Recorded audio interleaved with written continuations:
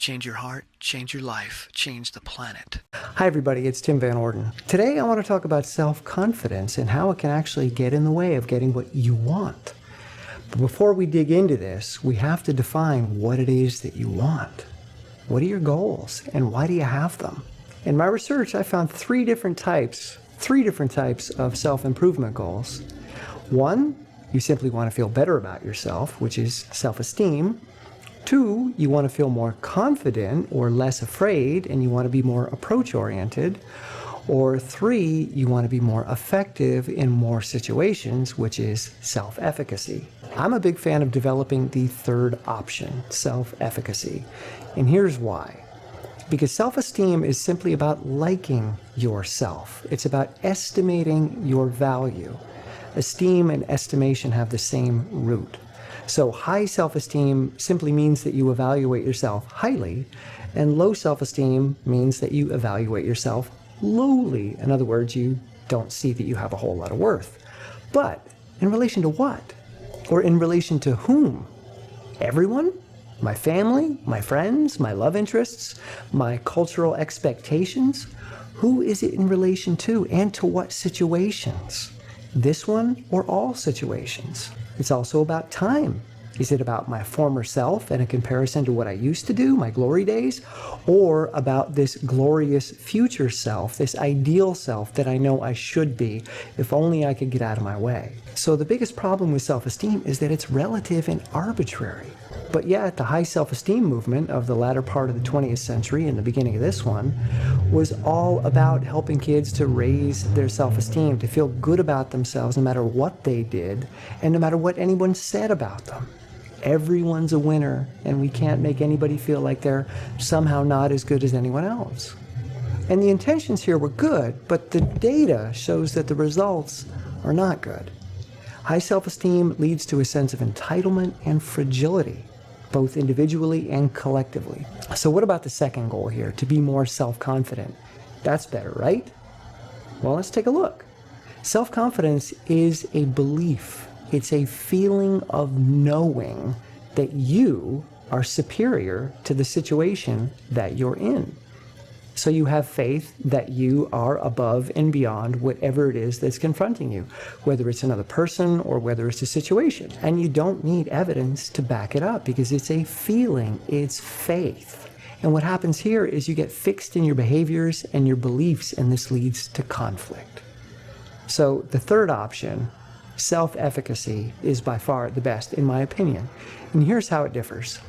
Both self-esteem and self-confidence are self-centered mindsets. In both cases, the self is playing the central role and the world is simply the background.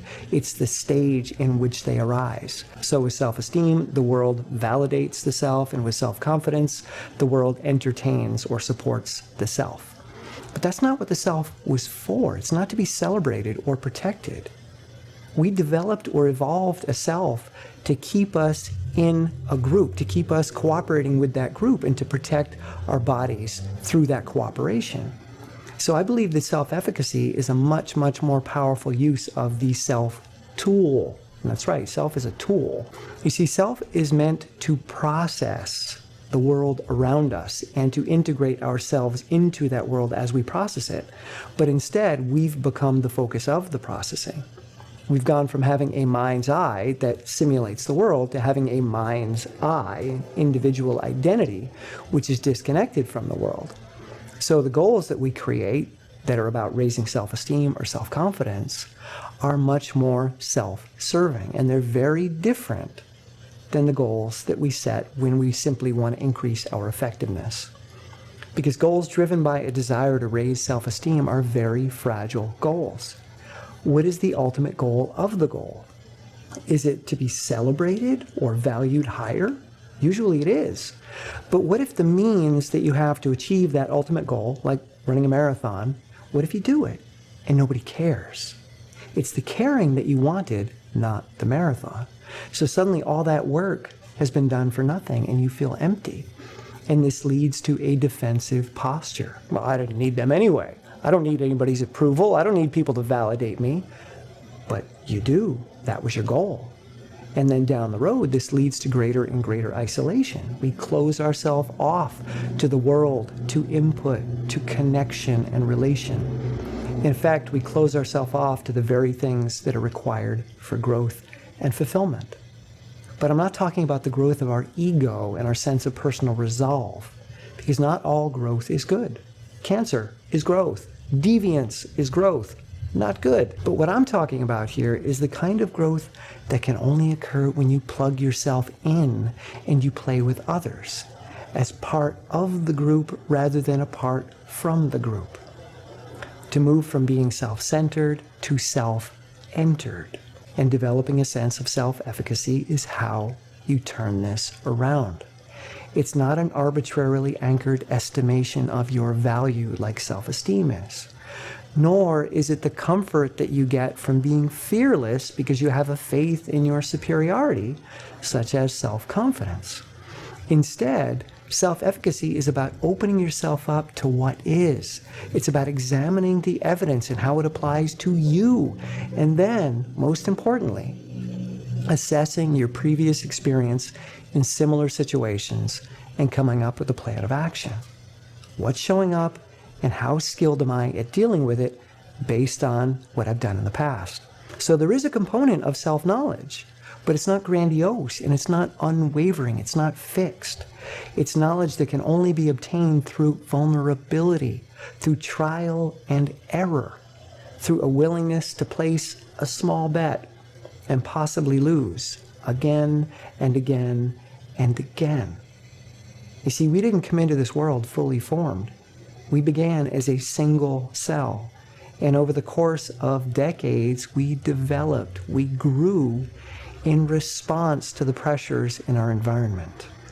And our bodies are masters of this type of growth, but our minds, they find this type of growth not only to be absurd, but to be intolerable. But this is what works. Plugging yourself in and experimenting, or as Seth Godin says, poking the box. You want to know how to work this box? Poke it, see what happens. Put something into it, see what happens. Take something out of it, see what happens. Experiment, be willing to fail. Because if you fail a little bit, because you've taken a little risk, you're going to learn something. You don't want to jump entirely into the box. You just want to poke it. A little bit of risk, a little bet, and a little potential failure that then gives you input that you can incorporate into yourself as you move forward. So the next time you're looking for videos about raising self-esteem or reading books about increasing self-confidence, keep this in mind. If you really want to be effective, if that is your ultimate goal, you have to be willing to look bad a little bit. You have to be willing to fail a little bit. And if you're trying to protect your esteem or you're trying to protect your confidence and think you're superior to every situation, then you can't learn because you don't ever allow yourself to get into a situation where not only you can fail, but you should fail.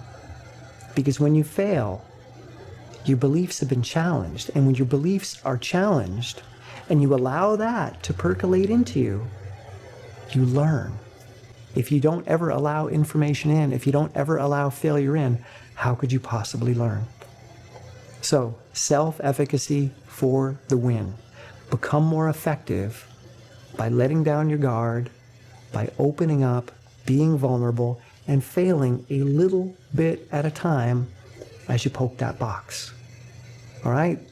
I hope there's some value in there for you. If you like this video, give it a thumbs up. If you like this channel, subscribe. And if you really like what I'm up to and you want to see more of this, come on over to Patreon. $1 or $2 a month really helps me out, and I get to produce more videos like this. As always, thank you so much, and I'll see you soon. Bye.